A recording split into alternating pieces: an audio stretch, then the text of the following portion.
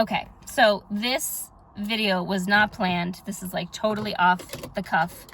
I don't know what the name of it's going to be right now. You'll know once you're watching it. But I feel like it wasn't, like I feel like it goes hand in hand with what we were talking about in video 1. Because as I've been having conversations with friends, with Zach, with women within the Living in Color membership, which is all about present living and getting here and now, because this is where it really matters. It's all kind of making a little bit more sense, which has inspired me to just record this video off the cuff. And it's really about like the deception. When I think about that overwhelm and anxiety and all of this body stuff that we're feeling right now, and we're just like, yes, the sheer like violence and inhumanity is absolutely a part of it too. Definitely not going to glaze over that. But really, it's like the deception. Like, wow, we have really been deceived. And that is a hard pill to swallow. Of like, wow, when we think about some people, like I know that there are some people that you are learning about right now that is like, them? Really? They were a part of this? For sure, me. I mean, for sure. I was like I love Friends, okay? It's like my mindless show. I would watch 20 minutes before I go to bed to turn off my brain. It was like my mindless, and then I find out that people within that show are like talking about pizza, and like, it's like, I can't watch that anymore. Like, I'm done. And like, we'll talk about this in another video of like, yeah, how we're complicit and also what we can do to stop watching our dollars make our way up to these horrific, I don't even want to call them humans, because I've had to rationalize to myself as like, humans don't do that to other humans. Like, there's got to be something going on there. Like, I can't, like, to get myself to rest at night, I had to be like, I cannot psychoanalyze this. Like, I can't, like, there's got to be something dark that has taken over that human body. And I can't, that's the only way I've been able to rest at night, when my mind will not stop trying to wonder why, how, what, huh? And it's just like, can't rationalize with something that doesn't have a soul. And so anyway, the deception is real. And I think our bodies are also trying to calibrate to that, of like understanding that, and like the ego and the pride of all of that, of like, no, I was not deceived. No, this is not real. Like, this can't be true. Like, and the denial that we could feel with some of these people. And it's like, I think we just need to take a breath and honor the true feelings. Like, wow, that hurts. Like, I thought they were so great. And I looked up to them, and I read their books, and I took their advice, and I listened to their meditations. And now, like, what? Like, the deception is real. And I don't know about you, and I know that I've been kind of in these rabbit holes since the close of Wildly Alive Weight Loss. I've like found myself like digging around in this rabbit hole and digging, and now it's like just having me question everything, like literally questioning everything, questioning our history books, questioning our science books. And again, if these people way up here are doing that to babies, then like, you think about the trickle down effect of that, and then they're talking to these people, and then these people are writing the books, and then these books are going into publish, and those are what I was taught in school. Like, I am like literally questioning everything. And I'll get into this when I tell you more about my spiritual journey, which again, I am not here. I'm like nervous to record that video because I don't want it to be I am not here to push anything on you, okay? Is, you know, like Wyatt, my son, who's now almost 10, like he was actually really called to the church. He was like really called. Like he was truly, like God was calling him. And he was starting to like, and Zach and I had always been really open of like, we want him to be able to explore and find his own belief system and not just believe what we believe. So he started going to like youth group. And then he came to me and he said, okay, well, I want to start reading the Bible. And it's like, okay. Well, we're going to read it together because I had never read the Bible and I want to be with you. And so as we have gone through, it's like a children's Bible. And as we've gone through these short stories, like with every short story, there's like a moment where mom needs to close the book. And I say, okay, here's how I interpret this. How do you interpret this? Here's what doesn't feel right to me. Here's what does feel right to me. And so as we've gone on that journey, it's been funny, you know, because every time we like get through a short story, I have to close the book and Wyatt's like, yes, Mom.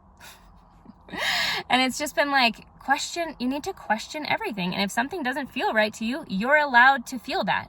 Like I believe, and my belief is that your intuition and your body, and I understand that there could be coding here and triggers and all of that, but I believe that your intuition is your most valuable asset that you were born with.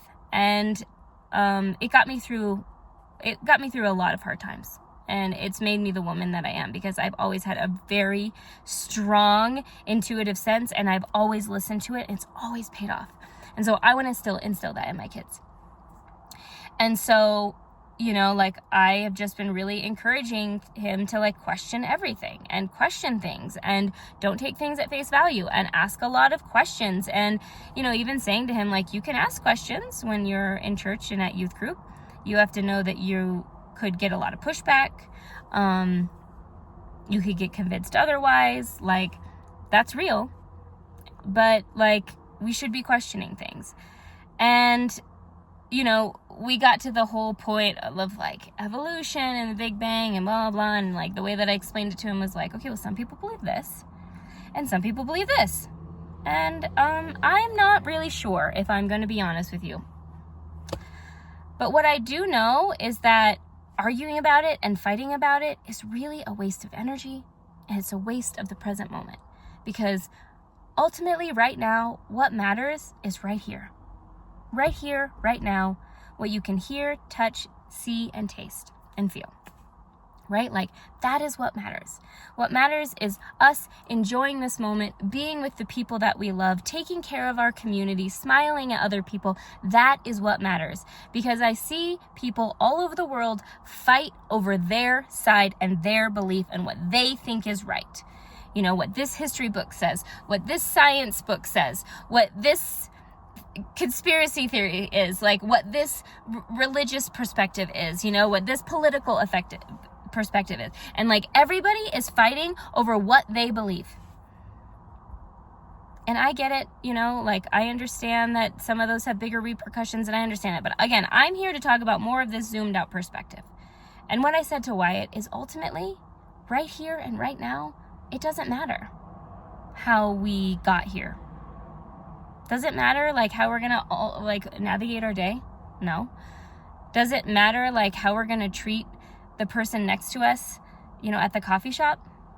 Shouldn't, right? Like, even if they believe something different than you, like, we still are our human family and we still take care of each other and we still love each other and we still are kind to each other. And we are allowed to believe different things. And I don't believe that there is only one way of thinking for the entire human race. And so, like, I'm finding myself coming back to that. I'm finding myself grateful that the universe led me to really start teaching about this. Like, that's really what Wildly Alive is about.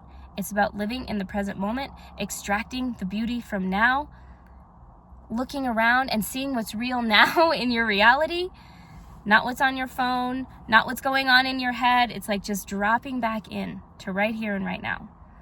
And I'm finding myself, again, recalling that conversation with Wyatt, that was probably about a year ago, of like,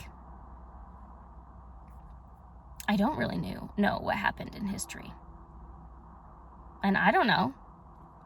I mean, I love dinosaurs, but I don't know, like, it's, and then that pops in all kinds of other questions that my analytical brain wants to go to. Is like, why would they try to hide that from us? Why would they try to change that? And I could definitely go down some rabbit holes and do that. But I'm like, but ultimately what matters is right here and right now. And so, yes, we have been deceived. And yes, it is really hard to swallow that pill. And it is hard to look at. But I don't think we should shame ourselves for that. I don't think we should be shaming ourselves for being deceived, because we're waking up and we could be thankful for that.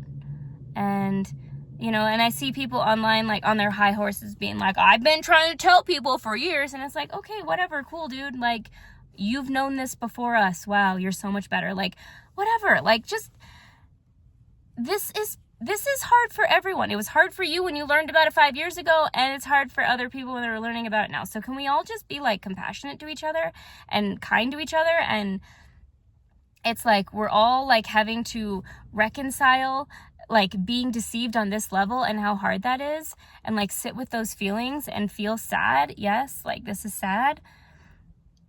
It's hard.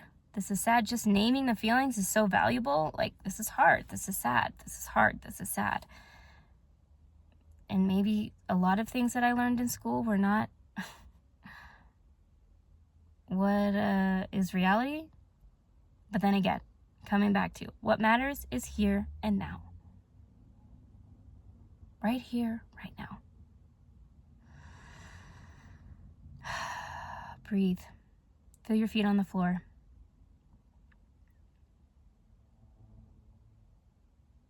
I want you to notice 3 things you can hear right in this moment.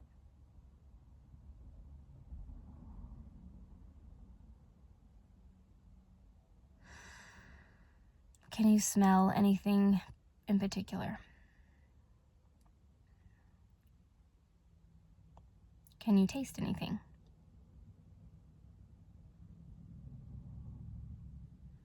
And open your eyes if they're closed and just name 5 things that you can see right here. This is where it matters. Right here.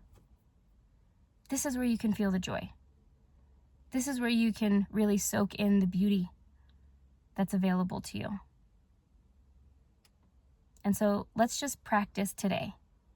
Coming back, engaging our senses. When we feel ourselves going into our head and wanting to argue and wanting to question and wanting that, like, can you just come back? And then when you take a shower tonight, meet with those feelings, touch base with those feelings. I hear you. This is hard. I hear you. This is hard. This is the uncomfortable awakening. This is very uncomfortable. But I still have power. I still can feel good right now. I can still enjoy my life right now.